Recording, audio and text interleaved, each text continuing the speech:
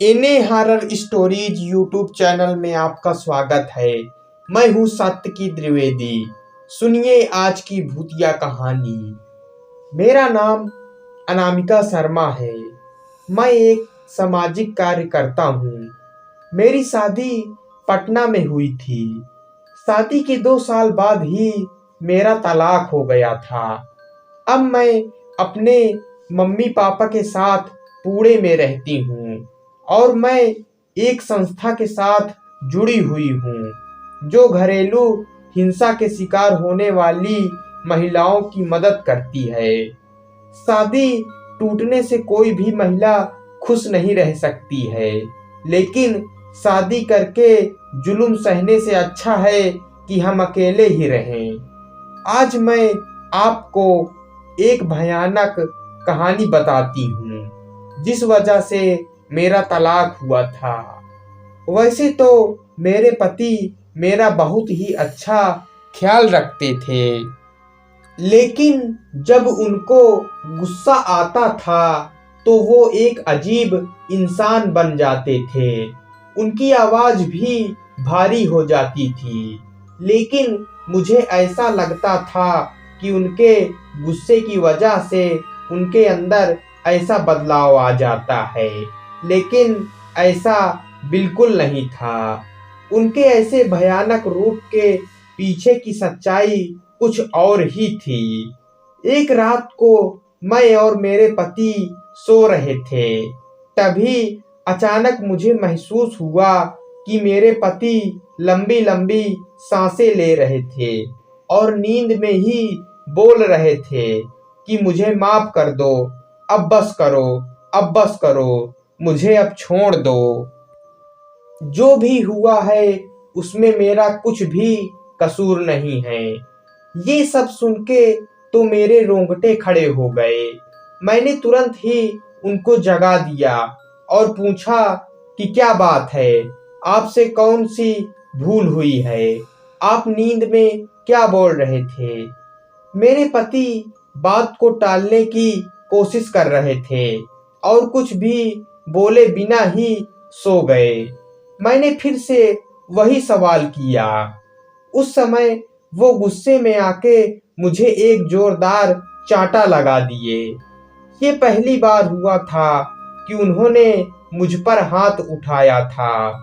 उसी रात को मैंने ये तय कर लिया कि मैं इस रहस्य को जान के ही रहूंगी।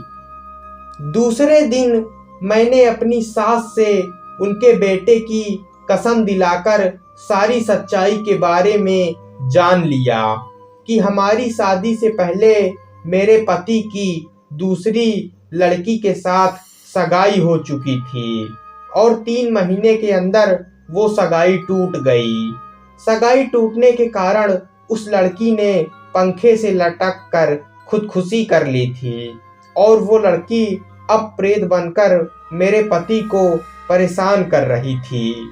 इस बात के कारण कोई भी परिवार अपनी बेटी देने के लिए तैयार नहीं हो रहे थे, इसीलिए उन्होंने ये बात हमसे छुपाई थी। उस रात मैं अपने पति से खूब लड़ाई की, क्योंकि इतनी बड़ी सच्चाई हमसे छुपाकर उन्होंने हमें धोखा दिया था। एक रात को करीबन रात के 2 बजे वे मुझे जगाकर बोले कि तुम इस कमरे से बाहर निकल जाओ। उस समय उनकी आंखें खून से लाल लाल हो गई थी और मेरे सामने वे इस तरीके से देख रहे थे कि मैं जैसे कोई पराई आदमी हूँ। मुझे पता था कि इस समय अगर मैं विरोध करूंगी तो वो मेरे साथ मारपीट करेंगे, इसीलिए मैं चुपचाप वहां से बाहर निकलकर ड्राइंग रूम में आ गई। लेकिन मुझे नींद नहीं आ रही थी, इसलिए मैं ये सोच रही थी कि मेरी आगे की जिंदगी कैसे बीतेगी। उसी समय बेडरूम से किसी के बात करने की आवाज आने लगी। मेरा दिल डर के मारे कांपने लगा, क्योंकि कमरे से मेरे पति के अलावा वहां पे कोई नहीं था। मैं तुरंत कमरे में झांक कर देखी तो मेरे तो होश ही उड़ गए।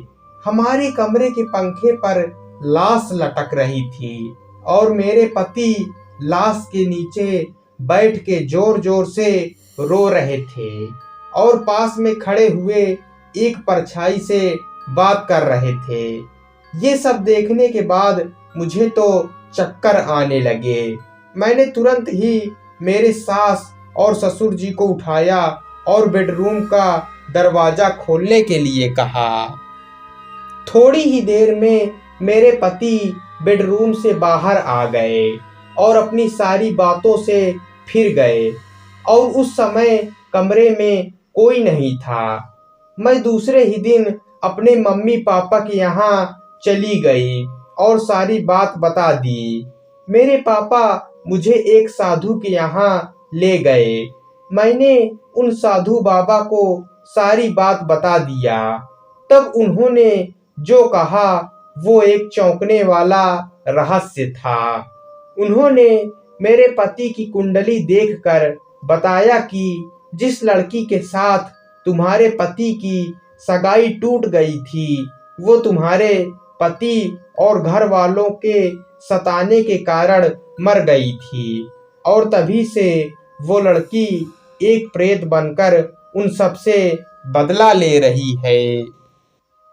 तभी से उस लड़की की प्रेत आत्मा ने तुम्हारे पति के शरीर, मन और दिमाग पे कब्जा कर रखा है और वो कभी भी अपना बदला लेने के लिए कभी भी हमला कर सकती है। दूसरे ही दिन मैंने तलाक लेने के लिए कागज तैयार कर लिए। तलाक लेने के बाद मैं उस भयानक वातावरण से बाहर आ गई। मेरी खुशनसीबी है कि मैं जिंदा और सही सलामत हूँ, क्योंकि मुझे लगता था कि मेरे पति और उनकी पहली पत्नी मेरी जान भी ले सकते थे। तो दोस्तों, ये कहानी यहीं पर खत्म होती है। कहानी पसंद आई हो दोस्तों तो वीडियो को लाइक, चैनल को सब्सक्राइब करके जाना। मिलते हैं अगली भूतिया कहानी में। आप लोग मेरे चैनल को सब्सक्राइब कर दीजिए। आप लोग मेरी मदद कीजिए। मैं आप लोगों से यही अनुरोध करता हूँ।